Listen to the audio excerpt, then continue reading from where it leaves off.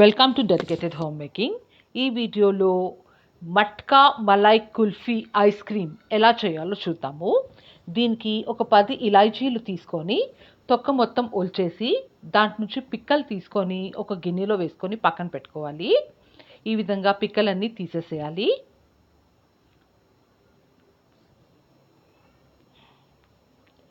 ఈ పిక్కలన్నీ ఇలాచీ పిక్కలన్నీ తీసి ఒక మిక్సీ జార్లో వేసుకోవాలి. దాంట్లో ఒక హాఫ్ కప్ చక్కెర వేసుకోవాలి. దీంట్లోనే ఒక 15 పిస్తా పప్పులు వేసుకోవాలి. అన్సాల్టెడ్ పిస్తా వేసుకోవాలి. ఒక 15 కాజు వేసుకోవాలి. ఒక 15 బాదాం పప్పులు వేసుకోవాలి. ఇవన్నీ కూడా మెత్తగా పౌడర్ లాగా నూరుకోవాలి. మనము షుగర్తో పాటు డ్రై ఫ్రూట్స్ గ్రైండ్ చేస్తాం కాబట్టి ఇలా పొడి పొడిగా వచ్చిందండి. డైరెక్ట్గా డ్రై ఫ్రూట్స్ గ్రైండ్ చేస్తే అవి పేస్ట్ అయిపోతాయి. ఇది పక్కన పెట్టుకోవాలి. స్టవ్ మీద కడాయి పెట్టి దాంట్లో ఒక కప్పు నీళ్లు పోయాలి. నీళ్లు పోసిన తర్వాత దాంట్లో 1 లీటర్ పాలు వేయాలి. డైరెక్ట్గా పాలు కడాయిలో వేసేస్తే పాలు అన్నది అడుగంటి మాడిపోతాయి. సో అందుకని ఫస్ట్ కొద్దిగా నీళ్ళు వేసుకోవాలి. ఈ విధంగా పాలు వేసిన తర్వాత అందులోంచి కొద్దిగా పాలు ఒక గిన్నెలో తీసుకొని అందులో కుంకుమ పువ్వు నానపెట్టుకోవాలి. ఈ విధంగా నానపెట్టుకొని పక్కన పెట్టుకోవాలి. పాలు ఒక పొంగు వచ్చే వరకు ఈ విధంగా బాయిల్ చేయాలి. ఒక పొంగు రాగానే లో ఫ్లేమ్లో పెట్టేసి అందులో మనం నానబెట్టుకున్న కుంకుమ పువ్వు పాలు ఏదైతే ఉందో అది వేసేసేయాలి.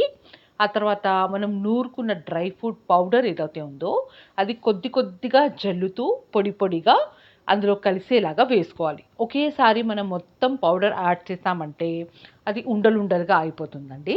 అందుకని కొద్ది కొద్దిగా పౌడర్ ఈ విధంగా జల్లుకుంటూ అందులో వేసి బాగా మిక్స్ చేయాలి.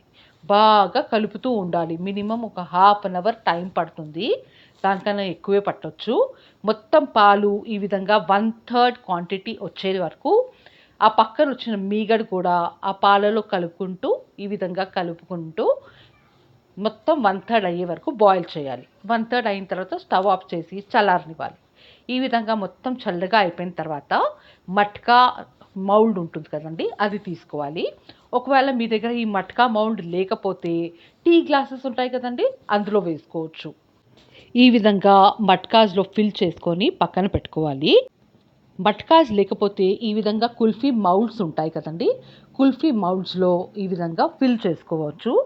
ఈ విధంగా అన్ని కుల్ఫీ మౌల్డ్స్లో ఫిల్ చేసుకొని పక్కన పెట్టుకోవాలి.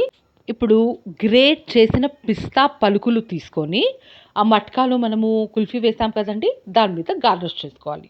ఈ విధంగా గార్నిష్ చేసుకున్న తర్వాత అల్యూమినియం ఫాయిల్ తీసుకోవాలి. అల్యూమినియం ఫాయిల్ ఒక చిన్న స్క్వేర్ పీస్ లాగా కట్ చేసుకోవాలి. ఈ విధంగా మనం మట్కాలో వేసిన కుల్ఫీని మొత్తం ర్యాప్ చేసేసేయాలి. ఈ విధంగా మంచిగా టైట్గా ర్యాప్ చేస్తే మనకి వాటర్ క్రిస్టల్స్ అనేవి, ఐస్ క్రిస్టల్స్ అనేవి ఫామ్ అవ్వవు. ఇలా ర్యాప్ చేసిన తర్వాత కుల్ఫీ మౌల్డ్స్ ఉన్నాయి కదండి, వాటిని కూడా ఇదే విధంగా చిన్న స్క్వేర్ పేపర్ తీసుకొని ఈ విధంగా ర్యాప్ చేసుకోవాలి. టైట్గా ర్యాప్ చేసేస్తే సరిపోతుంది. అది ఫిక్స్ అయిపోతుందండి, ఫ్లెక్సిబుల్ ఉంటుంది కాబట్టి. ఇప్పుడు ఒక కత్తి తీసుకోవాలి. కత్తి తీసుకొని మనం ఏదైతే కుల్ఫీ మౌల్డ్లో వేసామో ఆ యొక్క అల్యూమినియం ఫాయిల్ని కొద్దిగా కాటు పెట్టాలి స్టిక్ పెట్టడానికి. ఇప్పుడు ఐస్ క్రీమ్ స్టిక్ తీసుకొని అందులో పెట్టేసేయాలి. ఈ విధంగా అన్ని కుల్ఫీ మౌల్డ్స్కి కూడా స్టిక్ అనేది మనం పెట్టుకోవాలి.